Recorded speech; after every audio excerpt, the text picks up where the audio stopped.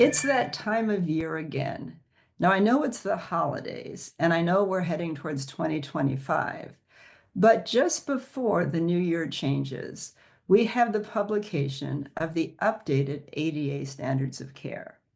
So I'm going to go through some of the things I think are important in the 2025 standards of care, and then encourage you to review them on your own to see what you think is new and interesting. And I've made 3 videos, this being the first, that really goes through the entire document and hopefully tries to simplify what the new concepts are. So I'm going to start going section by section, and I'm going to do this in 2 parts. So this is part 1. Part 1, section 1, is entitled Improving Care and Promoting Health in Populations.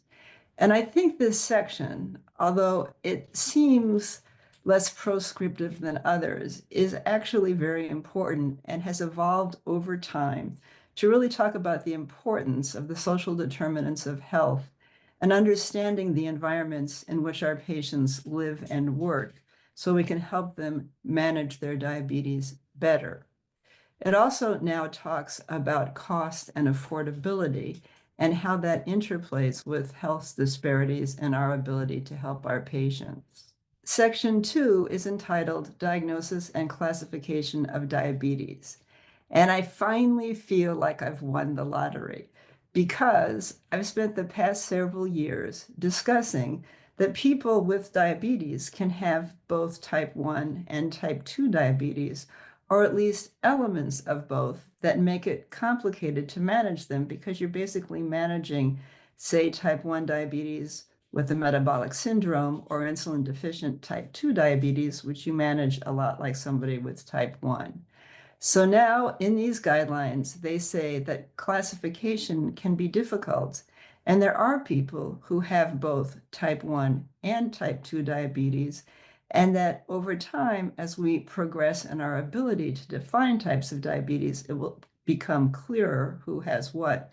But for now, it's okay to characterize somebody with both type 1 and type 2 diabetes and treat them according to what they need, rather than just an assigned label as to type of diabetes. In terms of screening, they reinforce the importance of antibody-based screening for people with pre-symptomatic type 1 diabetes who have a strong family history of type 1 diabetes.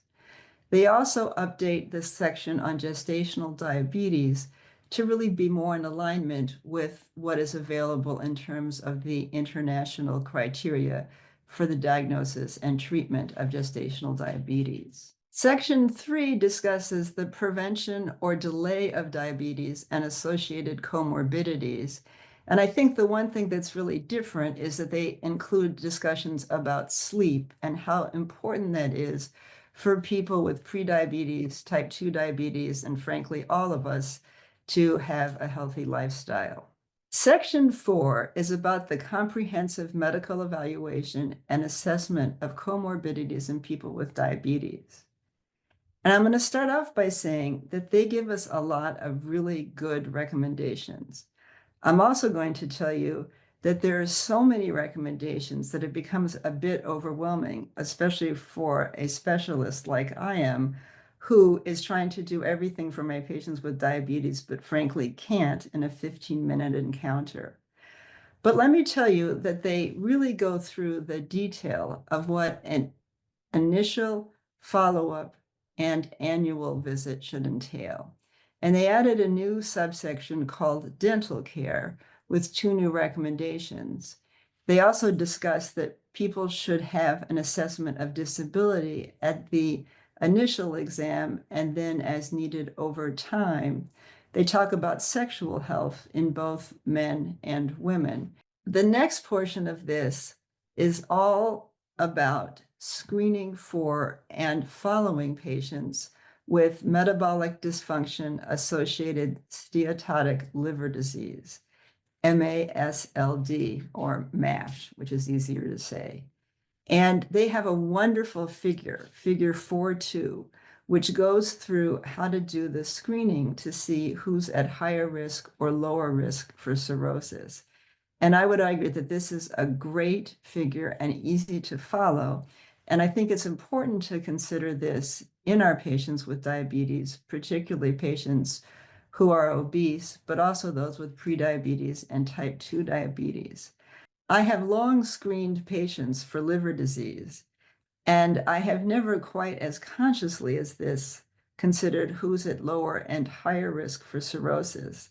But I think this pathway is actually quite helpful in terms of assessing that and then determining which patients should be referred to a specialist. Now, they also have another figure which follows, and it looks at the different treatments for the metabolic dysfunction associated steatotic liver disease.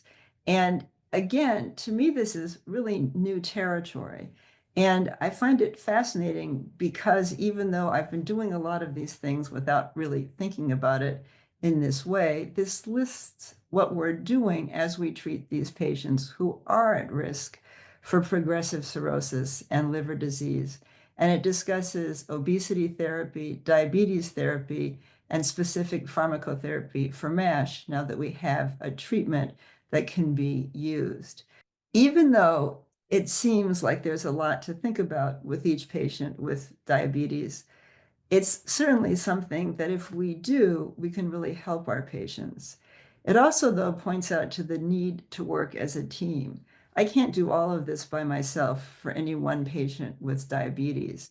And so I personally manage mostly abnormalities of glucose. I'm treating a lot of people with type 1 diabetes or complex type 2 diabetes.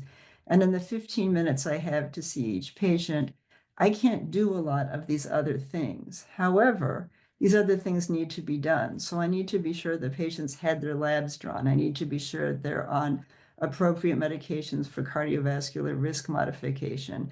I need to be sure that someone's assessing them for MASH. I need to be sure that I'm working with a certified diabetes care and educational specialist so that patients can get the education they need. I need to think about the psychosocial issues. There are many things here, and all of them should be considered. I'm not sure that any one of us can do each of the things required for the management and evaluation of our patients with diabetes.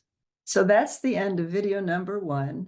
And in the next video, we'll continue to explore the other sections.